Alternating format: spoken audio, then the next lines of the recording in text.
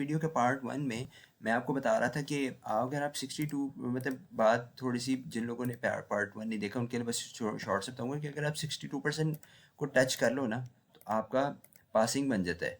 ठीक है, तो आपको कंफर्म उसको एक से ऊपर करने के लिए मार्क्स लेने के लिए आपको जो है ना वो स्कोर को अपनी परसेंटेज को 70% तक लेके जाना पड़ता है।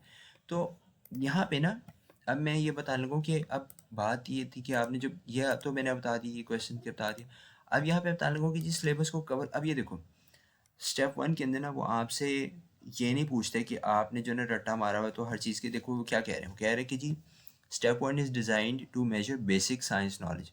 वो आपका बेसिक टेस्ट करना चाह रहे हैं, वो उनको कोई ज़रूरत नहीं कि आपका रट्टा कितना है, वो आपको रट्टा मारे। ये देखो ठीक है, सम क्वेश्चंस, ये देखें सम क्वेश्चंस के अंदर कह रहे हैं कि test the examiners fund of information, कि आपकी जो है ना इन्फॉर्मेशन जो आपने मेमोराइज की हुई है ना उसको भी वो थोड़ा सा टेस्ट करता है, लेकिन वो सम क्वेश्चन तो ज़्यादा नहीं होते। तो उसमें कहता है but the majority of questions require the examiners to interpret graphics and tabular material. जो आपके मोस्टली जो होंगे ना वो आपको ग्राफ और टेबुलर मटेरियल को करने पड़ेंगे, लेकिन ये वाले क्वेश्चंस भी इतने ज़्यादा नहीं होते।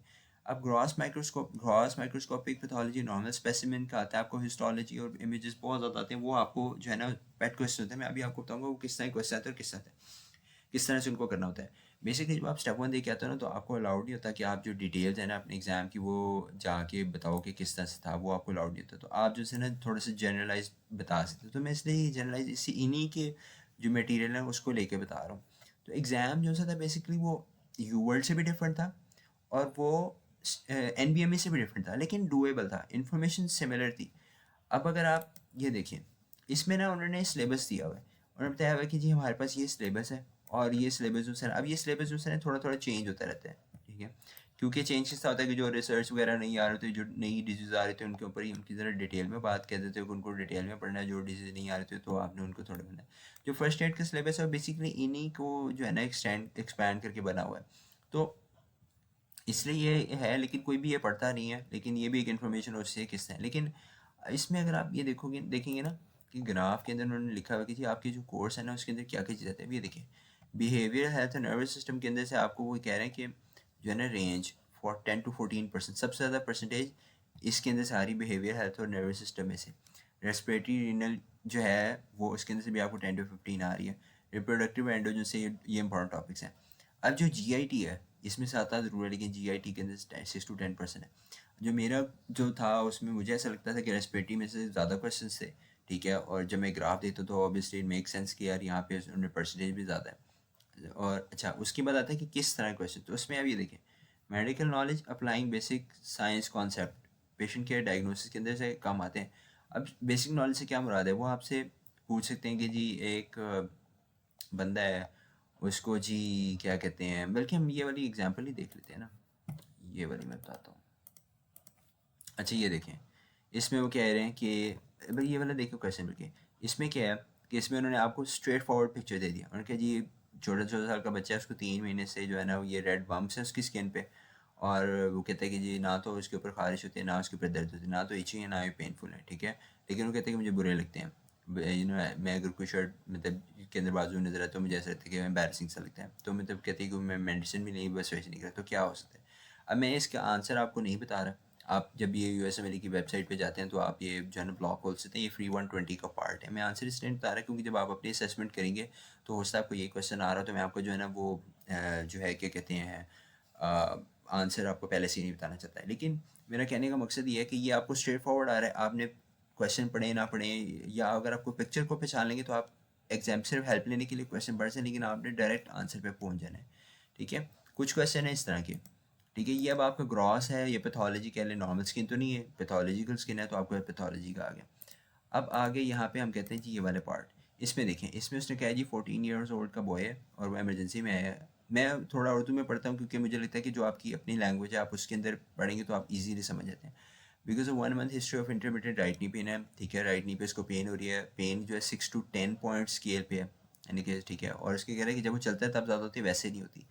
ये याद रखने कि 14 ईयर्स बोल्ड है और ये बॉय है। हो सकता है अगर बाबा होता है कोई मतलब बुजुर्ग होता है, कोई बहुत ज़्यादा उम्र का होता है तो फिर कुछ और सोचते हैं। खैर वो किसने कहा कि जी वो अभी ये क्या कर रहा है कि 2 हफ्ते से ना एक्सरसाइज कर रहा है और 1 माइल डेली जो है वॉक करते हैं। उसने क्या किया कि उसके राइट टिबिया पर फिबुला पर फ्रैक्चर भी आया, और वो 8 साल के था तब आया था। ठीक है, उसके बाद उन्होंने तय की हेल्प जो है ना एस्थमा भी है, उसकी वजह से वो स्टेरॉइड भी ले रहा है, उसकी माँ मदर को जो है वो टाइप 2 डायबिटीज़ भी है, और जो उसकी मैटरनल ग्रैंड मदर थी उसको ऑस्टियोपोरोसिस भी है। अब इसका BMI कितना है, 31 है, 98 परसेंटाइल है, इसका मतलब बहुत ज़्यादा ओवरवेट है। 50 के पास होता है ना, 50 परसेंटाइल पे हम कहते हैं कि यार अच्छा नॉर्मल पे करीब है, तो वेट ज़्यादा है उसी वजह से BMI ज़्यादा है, ये एक फाइंडिंग भी आ गई। उसमें उसने जी उसकी जो है ना स्किन जो है वो हाइपर पिगमेंटेड है, डार्क स्किन हुई हुई है कुछ जगहों से, और गर्दन के पास जो है वो थिकंड हुई हुई है, ठीक है। अच्छा उसने अब ये देखो, टेंडरनेस टू पैल्पिटेशन है, अगर आप उसको anterior aspect to the right hip को, नी पे पेन हो रही है, लेकिन अगर आप उसकी हिप पे भी अगर आप करते हो ना तो पैल्पेट, तो वहाँ पे भी जो है वो पेन है, और जो है ना अबडक्शन जो है हिप की, राइट हिप को अगर आप एबडक्ट करते हो या इंटरनल रोटेट करते हो, फ्लेक्शन करते हो, तो वहाँ पे भी दर्द है, यानी कि हिप की भी कोई पैथोलॉजी है। अच्छा अब ये इसके अंदर वो कहता है कि आखिर में क्वेश्चन क्या पूछा है, which of the following factors in this patient history is most, in this patient history most increase, इनके कौन सी चीज़ है जो इस सारी प्रेजेंटेशन का ना सबसे ज़्यादा रिस्क कॉज करती है। अब आपको देखो, देखें उसमें उन्होंने देखो उसमें क्या किया, उसने रिस्क फैक्टर पूछने थे, तो उसने क्या किया, पहले आपको पहली में जाए कि भाई पहले तो डायग्नोज करो ना डिजीज़ क्या है, ठीक है। एक तो आपका क्या कह रहे हैं कि इन सारे सिम्टम्स से आपको कह रहे हैं कि डिजीज़ डायग्नोज करनी है, फिर आपको वो पूछा उस डिजीज़ का, उसने नाम नहीं बताया, वो पूछा उस डिजीज़ का रिस्क फैक्टर्स कौन सा, सबसे इंपॉर्टेंट रिस्क फैक्टर कौन सा, अब वो डायग्नोज करो, सही है। अब अगर अब इसमें से आप देखो ये सारी चीज़ें जो अब आपको पता लग रही है, ये सारी चीज़ें जो है ना वो क्लू दिए हुए थे उसने, राइट टिबिया फिबुला फ्रैक्चर है, तो एक बात आ गई इसमें देखो कि प्रीवियस फ्रैक्चर की बात आ गई, फिजिकल एक्टिविटी कर रहा है जो वो दौड़ के लिए तैयारी करे वो आ गई, मेडिकेशन जो है एस्मा की स्टेरॉइड ले रहा है उसको है, या फिर फैमिली हिस्ट्री ऑस्टियोपोरोसिस की वो है, या BMI ज़्यादा वो, तो भाई अब आप ऐसा ऐसा रूल आउट करते जाओगे यार, ऑस्टियोपोरोसिस तो लेट उम्र में जाके होता है ना, तो अभी से 14 साल की उम्र में तो नहीं होता उसको, और डायबिटीज़ जो सी है उसकी वजह से भी बोन जो सी हड्डियाँ तो नहीं वीक होती, सही है। अगर पहले फ्रैक्चर हुआ था तो आप सोचोगे यार कि कहीं वो तो नहीं है, जो है ऑस्टियोजेनेसिस इम्परफेक्टा वाली चीज़ तो नहीं कि एक दफ़ा फ्रैक्चर हो रहा बार बार फ्रैक्चर तो नहीं हो रहा। तो ये मैं आपको बता नहीं रहा, मैं आपको वही बात है कि मैं इस चीज़ के अंदर रिवील नहीं करूँगा कि इसका आंसर क्या है, ये जब आप पढ़ेंगे और जब हम भी पढ़ेंगे तो फिर आपको पता लगेगा इसमें से हम किस तरह से ट्रीट करेंगे, ठीक है। अब ये मेरा कहने का मुझे समझ गया ना आपकी, वो आपको डिजीज़ दे रहे हैं, डिजीज़ के बारे में बता नहीं रहा, लेकिन डिजीज़ का रिस्क फैक्टर पूछ रहा है। अब ये जो दूसरी वीडियो है ना, इसमें अब ये देखो ये क्वेश्चन है, इसमें भी अब देखो इसमें कह रहे हैं जी 50 साल का आदमी है, उसको 2 महीने से क्या हो गया कि इंक्रीजिंग डे टाइम सोलनेस, यानी कि दिन को ना उसको ऐसे नींद आती रहती है, गुनूदती रहती है, उसको OSA है, ठीक है, ही हैज़ OSA का उसने डायग्नोसिस दे दिया। उसके बाद कहते हैं कि जिसके लिए ना वो इंटरमीडिएट इन यूज़ है continuous positive air pressure CPAP machine use करते हैं। वेट कितना, 180 kg, ओ माय गॉड, ठीक है, 181 181 kg है, और BMI कितना है, 63। या अब ये जो है ना ये कॉमन फाइंडिंग है भाई, 35 से ऊपर होते हैं, 31 से ऊपर होता है ना तो ओबेसिटी कहते हैं, 35 से ऊपर कहते हैं तो मॉर्बिड ओबेसिटी होती है, तो मोटापा उसको इतना ज़्यादा है। अब उसमें कह रहे हैं कि जी फिजिकल एग्जामिनेशन में grey blue tinge to the lips आ गया, ईयर लॉब है और लेयर बाय। अब उसने कहा जी इसमें क्या हो रहा है, और ABGs देखो, ABGs में क्या है कि pH 7.31 है, 7.35 से कम है, इसका मतलब एसिडोसिस है। कार्बन डाइऑक्साइड क्या कह रहा है, ज़्यादा है, 40 होती है ना, 7.35 होती है, ठीक है, और इसके अंदर 40 के +-5 होता है, और 25 ये ऑक्सीजन तो खैर 90 तक होती है, मुझे एग्जैक्ट नहीं याद, लेकिन ये भी लो है, ठीक है। अब वो क्या कह रहा है कि उसकी ब्रीदिंग स्लो है, क्योंकि इतना मोटा है आदमी है तो उसके अंदर यार रेस्पिरेटरी में हम पढ़ेंगे, लेकिन ब्रीदिंग स्लो है, तो वो क्या कह रहा है कि कार्बन डाइऑक्साइड रिटेन करा है, इसका मतलब रेस्पिरेटरी एसिडोसिस है, और ऑक्सीजन जो है वो कम है, हाइपोक्सी है। तो अब कह रहे हैं which of the following additional findings would most likely be seen, या तो उसका बाइकार्ब कम होगा, किडनीज जो सी हैं उसको कंपनसेट करने के लिए जो है वो करेंगी, बाइकार्ब को ज़्यादा करेंगी या कम करेंगी, वो हम ABGs के मुताबिक देखेंगे, ठीक है, क्योंकि रेस्पिरेटरी एसिडोसिस है तो बाइकार्ब कम हो सकता है नहीं।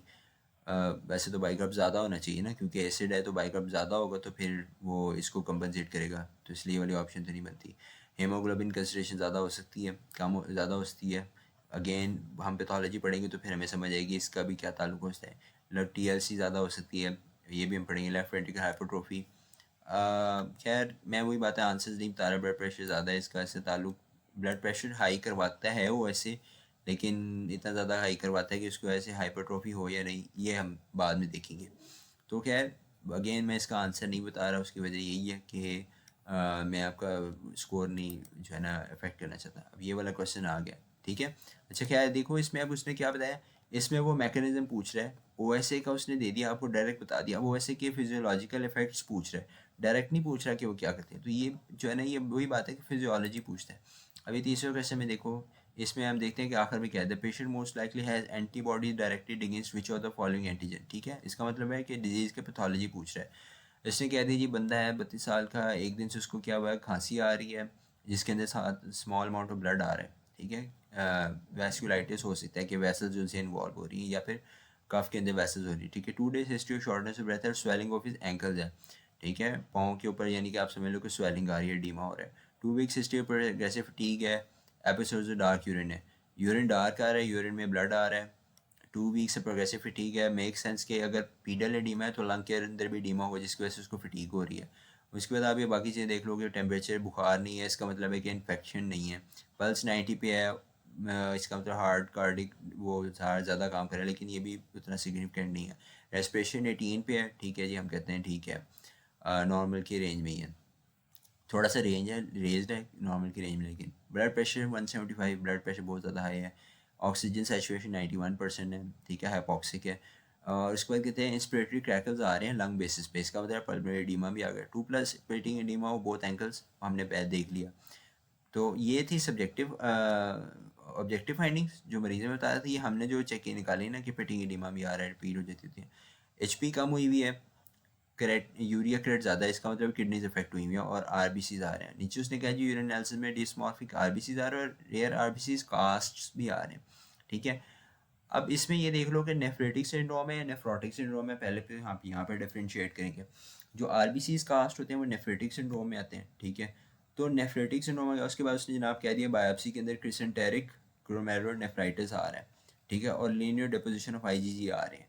तो अब आपको मतलब ये भी स्ट्रेट फॉरवर्ड क्वेश्चन है, लेकिन ये है कि मैं वही बात है, आंसर इसके बारे में नहीं बताता क्योंकि हमने, लेकिन अब बार कहने का मकसद क्या है कि उसने सारी पिक्चर दे के, आप ऊपर वाली चलो ये भी छोड़ दो, सिर्फ ये आखिर वाली देख लो कि क्रिसेंटेरिक ग्लोमेरुलोनेफ्राइटिस दे रहा है और लीनियर डिपॉजिट्स दे रहा है आईजीजी के।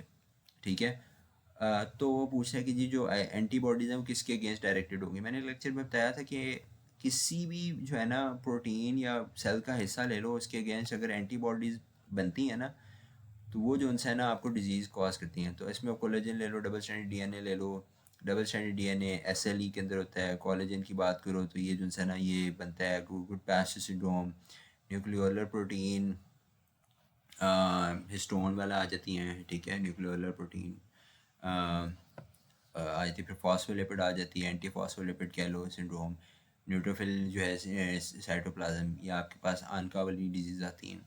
ठीक है, तो अब इसके अंदर अब वो बता रहा है, सही है। तो ये अब यहाँ पे जो है ना वो डाटा है। अगर मैं स्केची की बात करूँ तो स्केची के अंदर से आपको वो थोड़ी सी याद रही थी, हाँ यार इस तरह एक गुड पास्चर के अंदर उसने कोलेजन वाला बताया हुआ था, एसएलई के अंदर डीएनए वाला होता है, दोनों के अंदर मुझे मैं होता है वो।